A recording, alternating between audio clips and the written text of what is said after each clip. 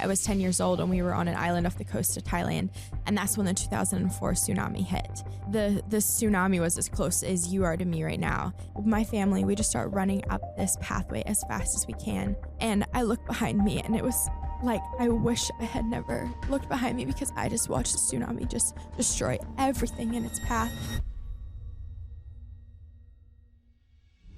Welcome back to the Heaven Meets Earth podcast, where we talk about miracles, divine encounters, surviving life storms, and today, surviving actual storms. I'm your co-host, Abby Robertson, joined today by the other co-host, Ryan Bethea. And Abby, I gotta say, I just love you can't take the news anchor out of you. It's breaking news always in the spirit. 10 years of training. That's right. And we do have breaking news in the spirit today because we have a very, very special guest joining us here on Heaven Meets Earth. In fact, in her home country of New Zealand, she's known as the anointed Kiwi, the prophet who can't stop it. In fact, her voice memos of encouragement are so profound, they even have mid-roll breaks akin to the greatest podcast. On her Duolingo app, there is only one language that she learns, and that is courage. So we are so excited to have her on the podcast to help us discern the difference between a trolley and a shopping cart, which hopefully she will explain. Please welcome my dear friend, Riley Kehoe, to the podcast. Thank you. What an introduction. Thank you, Ryan. Well, and we forgot to shout out where we are coming to you from, the beautiful studios inside Museum of the Bible. So thank you to our host here for today's podcast. Absolutely. We'll thank him at the end too, but we can't, we always be giving thanks, as the Apostle Paul admonished us to. So we give thanks to the Museum of the Bible, but we give thanks to Riley, who's going to help us wrestle with some profound mysteries. And I'm not joking, because I learned this in your book. I learned many things in your book. 30 Seconds to Courage, available at book retailers everywhere. But a trolley is not as a shopping cart. Yep. So is that only New Zealand? Did you know this? That at the store, they call the shopping cart a trolley. Nope. Yep. And when I go into supermarkets, I ask for a trolley. They look at me and they're like, what are you asking for? I love that. Just imagine this cool accent walking in the store and it's like, hey, can you hold my trolley? And they're like, what are you talking about? Right? I thought you might made it up to like start conversation with people, you know? Nope. And one more question before we get to some serious stuff. Very sensitive. This may be emotional. Tell us about Moo. Oh, okay. Well, so several weeks ago, I gave birth to my baby little girl named Esther. And she is an absolute delight. She sleeps really good through the night, which has been amazing. Praise the Lord. Wow. That's the biggest miracle we're going to hear today. And she is so cute. It's been so cool. When she was even in the womb, she would, anytime somebody was praying, she'd be like kicking. Aww. And I was like, she's like a little mini John the Baptist. Like she's been like leaping in the womb. You just came back from an adventure. We're going to get to your obviously your other story, but you just came back from an epic adventure with your husband. So tell us about living life for a year, almost spirit-led. Yeah. So my husband and I, we got married in the first year of marriage. We were living in San Diego, pretty much walking around barefoot all the time, surfing every day. And as we were thinking about our second year of marriage, we were like, we want to do something radical. And it had actually been a dream that we started thinking about when we were dating. And so we just full sent it, and we sold absolutely everything we own, all of our cars, everything. We gave away tons of furniture. We emptied out our entire house, and we booked a one-way ticket to Argentina. And one of my best friends asked me for our itinerary because we decided to go and travel for a year as missionaries around the world. And she was like, what's your itinerary? We were like, where are you going? And I just sent her. She's like, Riley, this is not an itinerary, because it was just a list of countries. and she was like, so what are you doing in Brazil? And I was like, whatever the Lord asked us to do. And she's like, no, but where are you staying? And I'm like, wherever the Lord wants us to stay.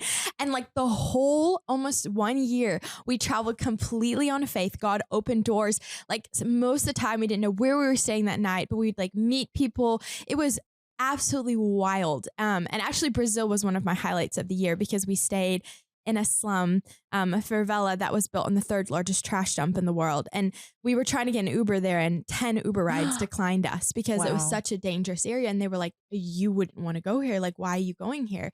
And we show up to this slum and we stay with this family that had lived there for a decade. And we just went door to door every morning, woke up, spent 3 hours with the Lord, and then we went door to door and just helped meet people's needs. The slum is completely run by gangs. The police won't even enter it. and just shared the gospel, saw people like miraculously healed. I was going up and like dabbing like gang leaders that are holding machine guns. And that's just one example. But we just spent the whole year being like, God, where are you going? Like asking the Lord, like, what day do you want us to fly? What flight do you want us to take? Like, I love where you. are we? Where are we going? Settle down, Abby. Settle down. Like two Holy Spirit women, we're like, let's go. We just become best friends. I love this. I'm here for this.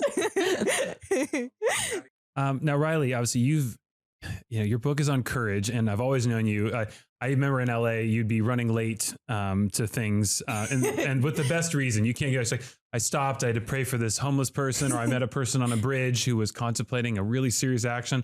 I talked them out of it. I raised a few people from the dead. But no, I'm kidding.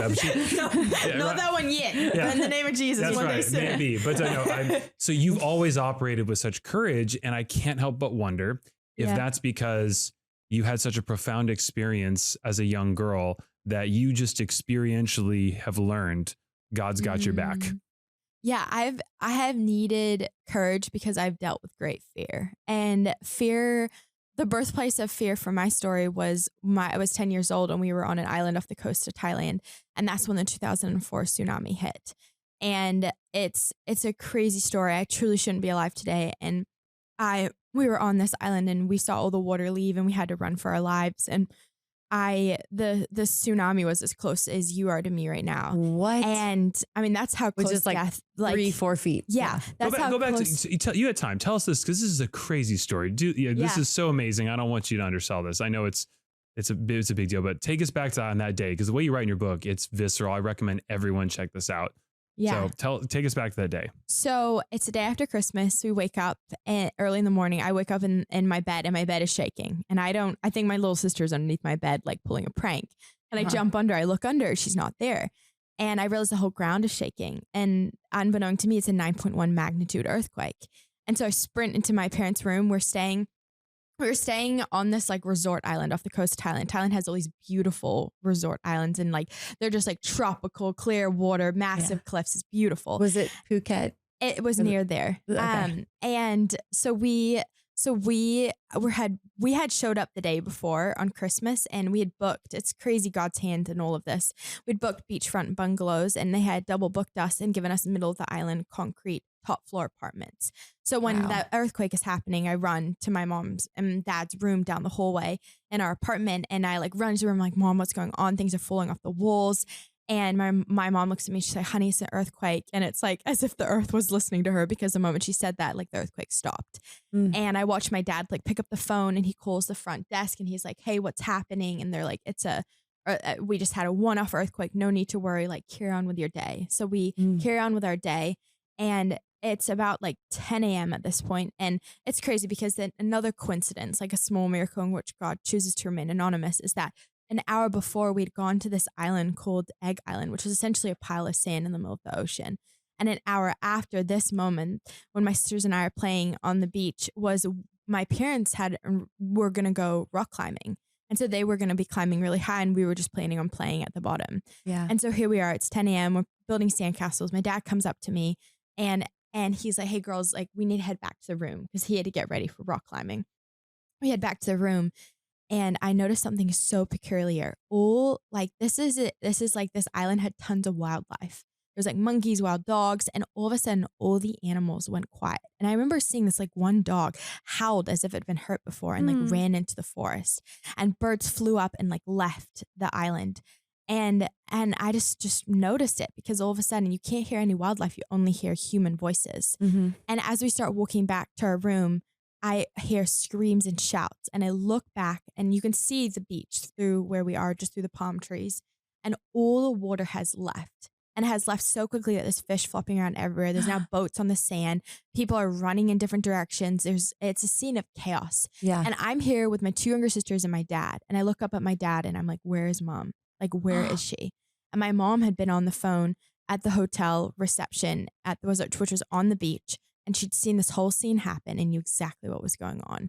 And so she ran to our place where sandcastles were because she didn't know where we were.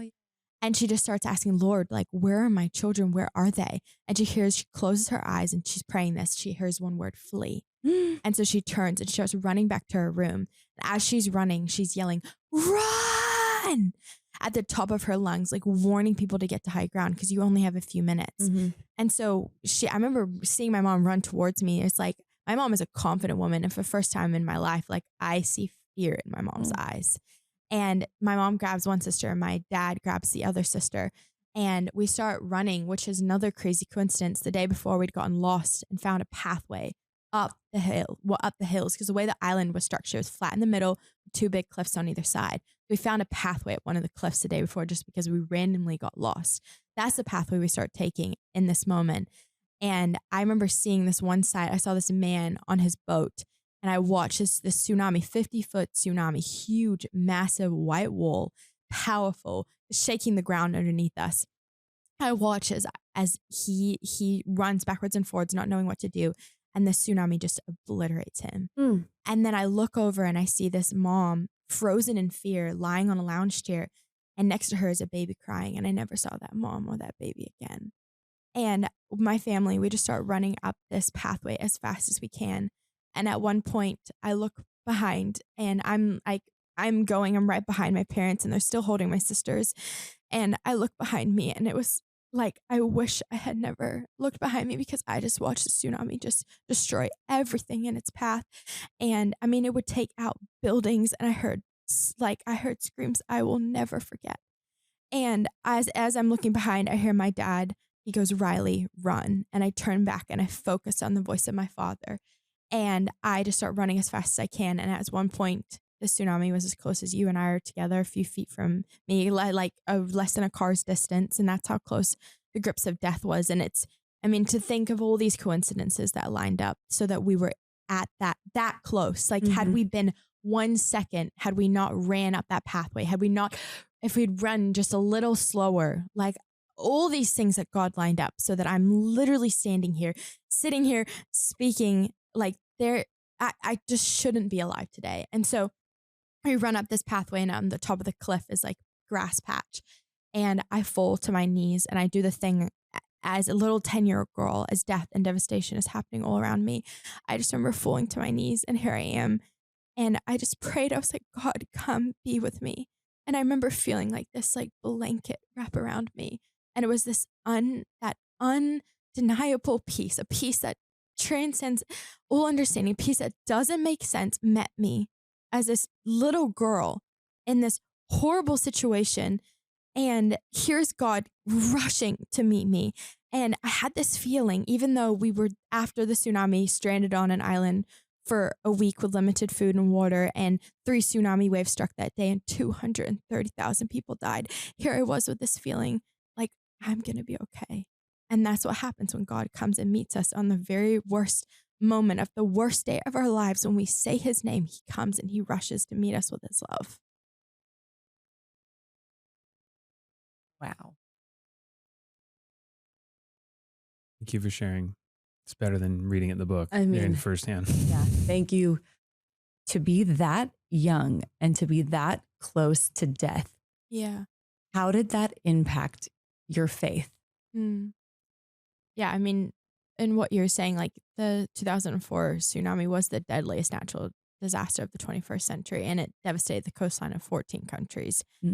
And it is one of those things where it at first was such a burden, but then by God's grace, it became such a blessing. Like Ryan, like you've seen me as a friend, like embrace life and live it to the fullest and just be like, that is correct. Not held back by fear of man. And that's, and that is no because, fear of man. No. Or women. No. And that is because I like have given this incredibly traumatic event to the Lord over and over again.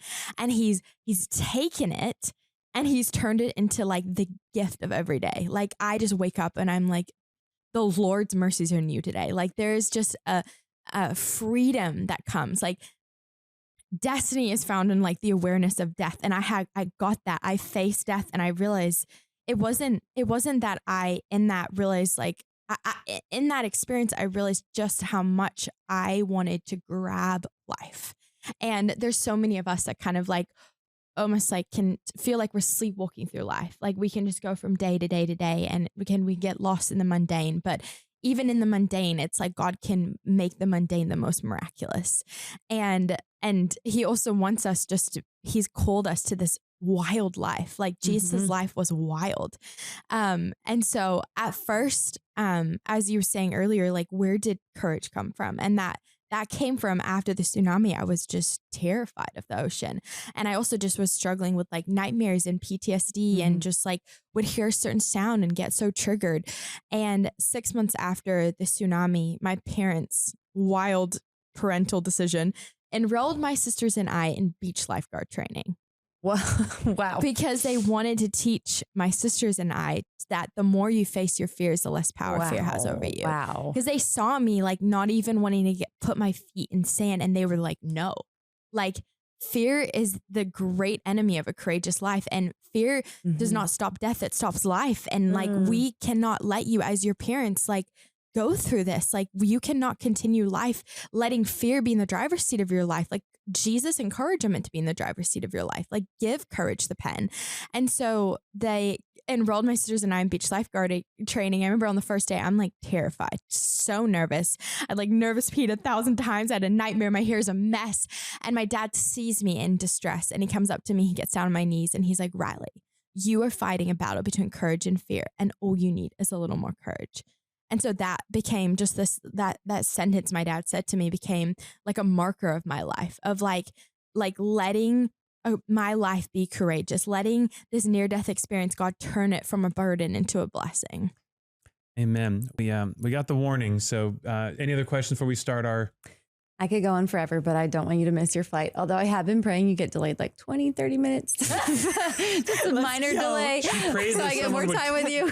This is one of the frustrations / blessings of working with her. She prayed that a guest would cancel this week and 20 minutes later he canceled so we could do something else. I didn't pray specifically which one. I just was like, Lord, we really need another slot to do I'm just all aboard for the, it's all just aboard for the ride. Your prayers get heard.